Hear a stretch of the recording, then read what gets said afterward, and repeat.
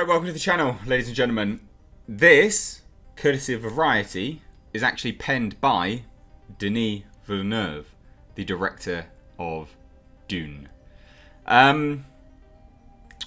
This is scathing, and I'm just amazed. He has literally reached out to Variety.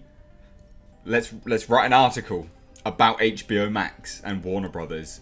And I wanted to go through it. So this isn't your standard article. This is literally just him talking about his experience. And he does. He absolutely blasts HBO Max. And quite rightly so. Stop you there. Quite rightly so. Which you'll learn in this. Because he was working mainly for Legendary, right? That's who he was working for. It's a Legendary film. They paid for 75% of the production budget. So let's dive into it. These are all his words. Not clickbait. These are his words. And I really am fascinated, right? I learned in the news that Warner Brothers has decided to release DUNE on HBO Max at the same time as our theatrical release, using prominent images from our movie to promote their streaming service. With this decision, AT&T has hijacked one of the most respectable and important studios in film history. There is absolutely no love for cinema, nor for the audience here. That's just his opening statement. It is all about the survival of a telecom mammoth, one that is currently bearing an astronomical debt of more than $150 billion. Therefore, even though DUNE is about cinema and audiences, AT&T is about its own survival on Wall Street.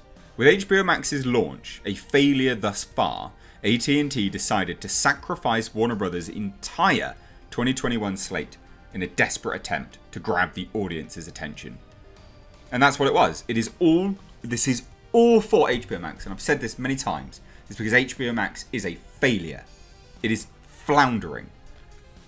I said this, I said it, and again, and again, you have to remember, it's because HBO Max, they launched it prematurely. They didn't have anything ready. And it's a bomb. It's crap. Warner Brothers' sudden reversal from being a legacy home for filmmakers to the new era of complete disregard draws a clear line for me. Filmmaking is a collaboration, reliant on the mutual trust of teamwork, and Warner Brothers has declared they are no longer on the same team. Streaming services are a positive and powerful addition to the movie and TV ecosystems. But I want the audience to understand that streaming alone can't sustain the film industry as we knew it before COVID. Streaming can produce great content, but not movies of DUNE's scope and scale. Warner Brothers' decision means DUNE won't have the chance to perform financially in order to be viable, and piracy will ultimately triumph, which is what I've said time and time again, because people are like, oh yeah, but it's still being released, it doesn't matter, don't be so naive. Warner Brothers might just have killed the DUNE franchise. This one is for the fans. AT&T John Stankey said that the streaming horse left the barn. In truth, the horse left the barn for the slaughterhouse. But these are just incredibly scathing. Public safety comes first. Nobody argues that, which is why when it became apparent the winter would bring a second wave of the pandemic, I understood and supported the decision to delay DUNE's opening by almost a year. The plan was that DUNE would open in theatres in October 2021 when vaccinations will be advanced and, hopefully, the virus behind us. Science tells us that everything should be back to a new normal next fall. Perfectly reasonable statement. DUNE is by far the best movie I've ever made. My team and I devoted more than 3 years of our lives to make it a unique, big screen experience. Our movie's image and sound were meticulously designed to be seen in theatres.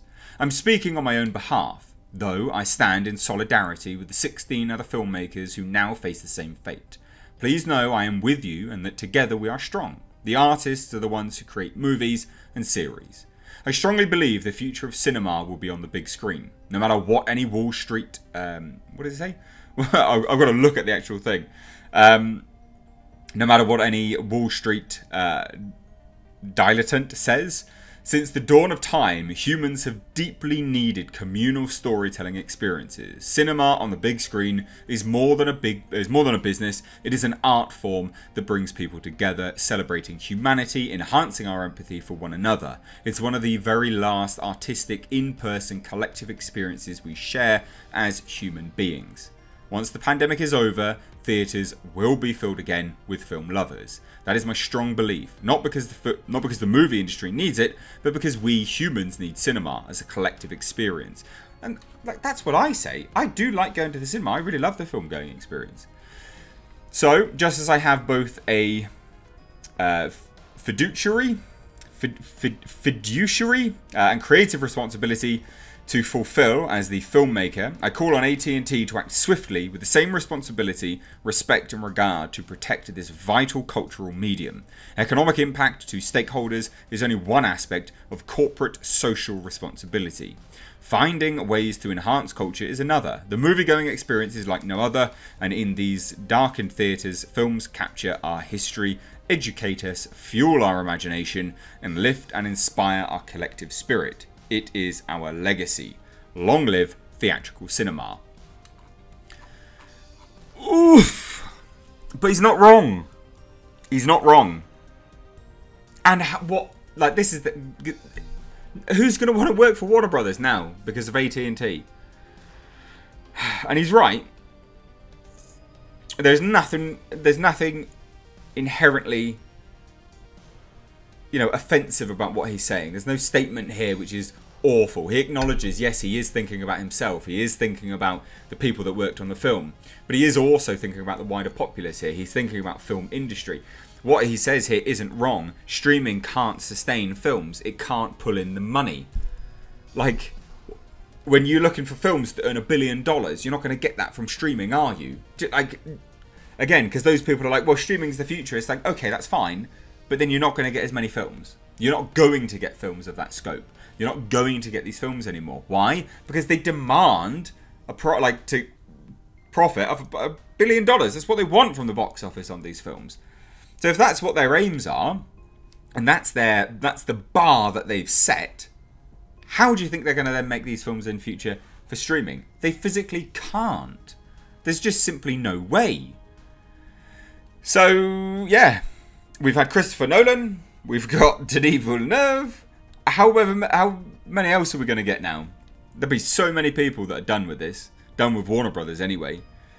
And this is scathing, but it is succinct. It is salient. It's down the line. It's very agreeable. I don't see anything here which is horrendous, to be honest. So let me know your thoughts down below in the comment section. If you're new here, please do hit subscribe. You can stay up to date on the world of pop culture movie news by hitting the bell notification icon. Thank you all so much. Take care.